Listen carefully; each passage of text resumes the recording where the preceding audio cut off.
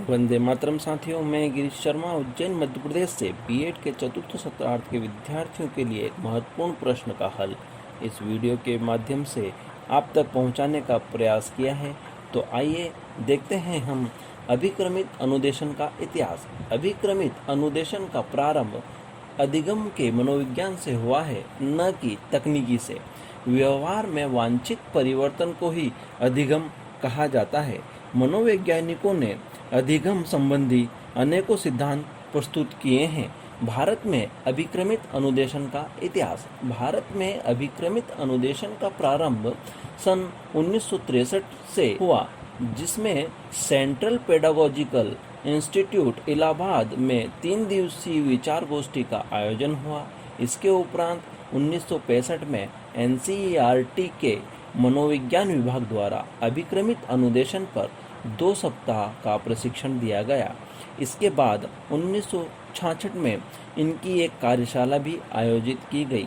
इसी वर्ष एनसीईआरटी के द्वारा Indian association of programmed learning का गठन किया गया। इसके उपरांत centre of advance studies in education, Baroda university, Meerut university, Himachal विश्वविद्यालय आदि में अभिक्रमित अनुदेशन में अनुसंधान कार्यों को महत्व दिया गया। 1980 के बाद से ही शैक्षिक तकनीकी व अनुदेशन के क्षेत्र में नई नई योजनाएं बनाए जाने लगी।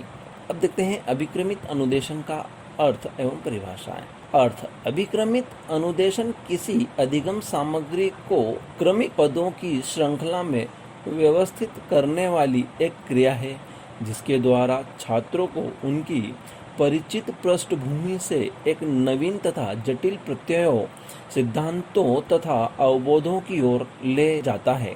परिभाषा: अभिक्रमित अनुदेशन छात्रों को व्यक्तिगत भिन्नताओं के आधार पर अनुदेशन प्रदान करने की विधि है, जिसमें छात्र सक्रिय रहता है, उसे तुरंत प्रतिपुष्टि दी जाती है तथा वह अपनी गति व क्षमता के अनुसार स्वयं सीखता है। अभिक्रमित अनुदेशन में पठन सामग्री को छोटे छोटे पदों में बांटकर प्रस्तुत किया जाता है तथा इसे छात्र नवीन ज्ञान को प्राप्त करने में प्रयोग करता है। यह स्व अध्ययन की एक उत्तम विधि है। अभिक्रमित अधिगम स्व शिक्षण विधियों के व्यापक प्रत्ययों को स्पष्ट करने के लिए प्रयुक्त एक विधा है। इन परिभाषाओं से यह स्पष्ट होता है कि अभिक्रमित अनुदेशन स्व अधिगम की ऐसी विधि है जिसमें पठन सामग्री छात्र की व्यक्तिगत भिन्नताओं को ध्यान में रखकर प्रस्तुत की जाती है। पाठन सामग्री छोटे छोटे पदों में विभक्त कर श्रृंखलाबद्ध कर दी जाती है तथा छात्र अपनी गति से अनुदेशन प्राप्त करता है। छात्र को पृष्ठपोषण फीडबैक तुरंत दिया जाता है। अभिक्रमित अनुदेशन के द्वारा शिक्षण मशीन, अभिक्रमित पुस्तकों, रेडियो, टेलीविज़न, टेप रिकॉर्डर आदि का अच्छा उपयोग होता है। शिक्षण अनुदेशन तथा अभिक्रमित अनुदेशन के मध्य संबंध का चित्र इस प्रकार है। इसमें शिक्षण अनुदेशन व अभिक्रमित अनुदेशन को एक चक्र के माध्यम से प्रदर्शित किया गया है। उपयुक्त चित्र से स्पष्ट है कि शिक्षण एक व्यापक शब्द है जिसके अंतर्गत अनुदेशन तथा अभिक्रमित अनुदेशन होता है। अनुदेशन भी अभिक्रमित अनुदेशन से अधिक व्यापक है। अनुदेशन का एक प्रकार अभिक्रमित अनुदेशन है। शिक्षण एक अंतःक्रिया है जिसमें छात्र व शिक्षक के मध्य अंतःक्रिया शाब्दिक तथा अशाब्दिक रूप से होती है, जबकि अनुदेशन विशिष्ट उद्देश्यों की प्राप्ति के लिए अनुभवों की उद्देश्यपूर्ण, सुव्यवस्थित व नियंत्रित क्रिया है। अनुदेशन में शिक्षक व छात्र के मध्य अंतःक्रिया आवश्यक नहीं है। अभिक्रमित अनुदेशन अनुदेशनात्मक प्रणाली की एक उप प्रणाली है। यह स्व अनुदेशन की तकनीकी है जिसमें अनुदेशन कार्य शिक्षक के द्वारा न होकर शिक्षण मशीनों, पाठ्यपुस्तकों, कंप्यूटर आदि के द्वारा होता है। इसमें छात्र की व्यक्तिगत भिन्नताओं को ध्यान में रखा जाता है। अभिक्रमित अनुदेशन की विशेषताएं। नंबर 1, अभिक्रमित अनुदेशन में छात्र की व्यक्तिगत भिन्नताओं को ध्यान में रखा जाता है। नंबर 2, अभिक्रमित अनुदेशन की पाठ्य सामग्री व्यक्तिनिष्ठ होती है। इसमें एक समय में एक ही छात्र सीख सकता है। नंबर 3, पाठ्य सामग्री को छोटे छोटे पदों में बांटकर श्रृंखलाबद्ध किया जाता है। अभिक्रमित अनुदेशन की पाठ्य सामग्री पूर्णतः परीक्षित व वैध होती है।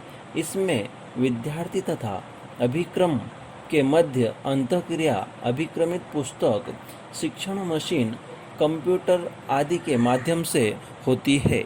नंबर 6, इसमें छात्र को तुरंत पृष्ठपोषण मिल जाता है। इससे छात्र को पुनर्बलन प्राप्त होता रहता है। अभिक्रमित अनुदेशन में ज्ञान को संगठित व सुव्यवस्थित रूप से रखा जाता है। नंबर 8, इसमें छात्र अपनी गति व क्षमता के अनुसार विषय वस्तु को सीखते हैं।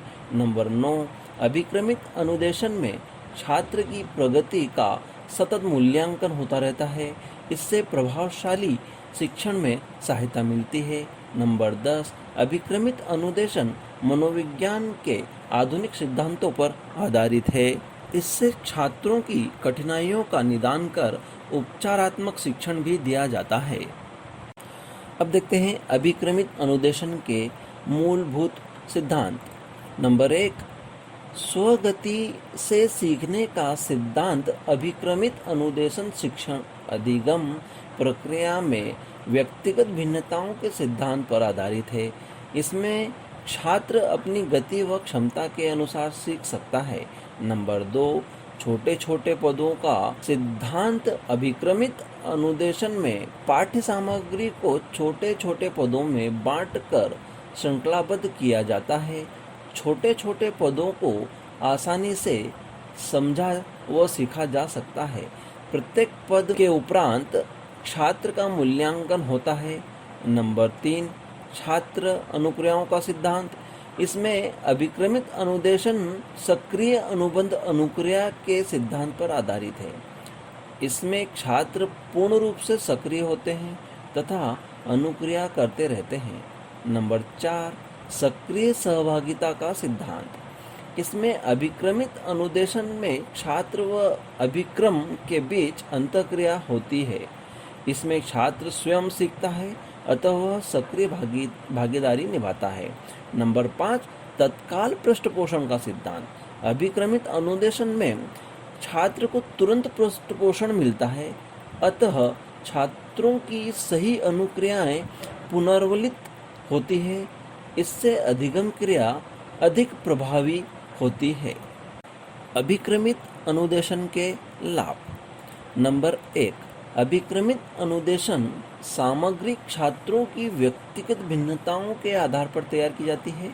इससे छात्र अपनी क्षमता योग्यता के अनुसार सीखते हैं। नंबर 2, छात्र अपनी गति से पाठ को सीखते हैं। नंबर 3, छात्र की अनुक्रिया को तुरंत पृष्ठपोषण मिलता है। इससे उन्हें पुनर्बलन प्राप्त होता है। नंबर 4, अभिक्रमित अनुदेशन स्व अध्ययन पर आधारित है अतः इससे छात्रों के आत्मविश्वास व आत्मनिर्भरता में वृद्धि होती है। नंबर 5, इसमें छात्र सक्रिय रहते हैं अतः यह छात्र केंद्रित होती है। नंबर 6, अभिक्रमित अनुदेशन से छात्रों में तर्क शक्ति, विचार शक्ति, विभेदीकरण व सामान्यीकरण की क्षमता, तत्काल निर्णय लेने की क्षमता आदि के विकास में सहायता मिलती है। नंबर 7, इसमें विषय वस्तु छोटे छोटे पदों में विभक्त होती है अतः पठन वस्तु सरल व ग्राह्य होती है। नंबर 8, इसमें छात्रों के पूर्व ज्ञान के आधार पर प्रवेशी व्यवहार निर्धारित किया जाता है तथा उसके अनुसार ही पठन सामग्री छात्र के समक्ष प्रस्तुत की जाती है। 9वां, इसमें छात्र के अंतिम व्यवहार को विशेष रूप से ध्यान में रखा जाता है।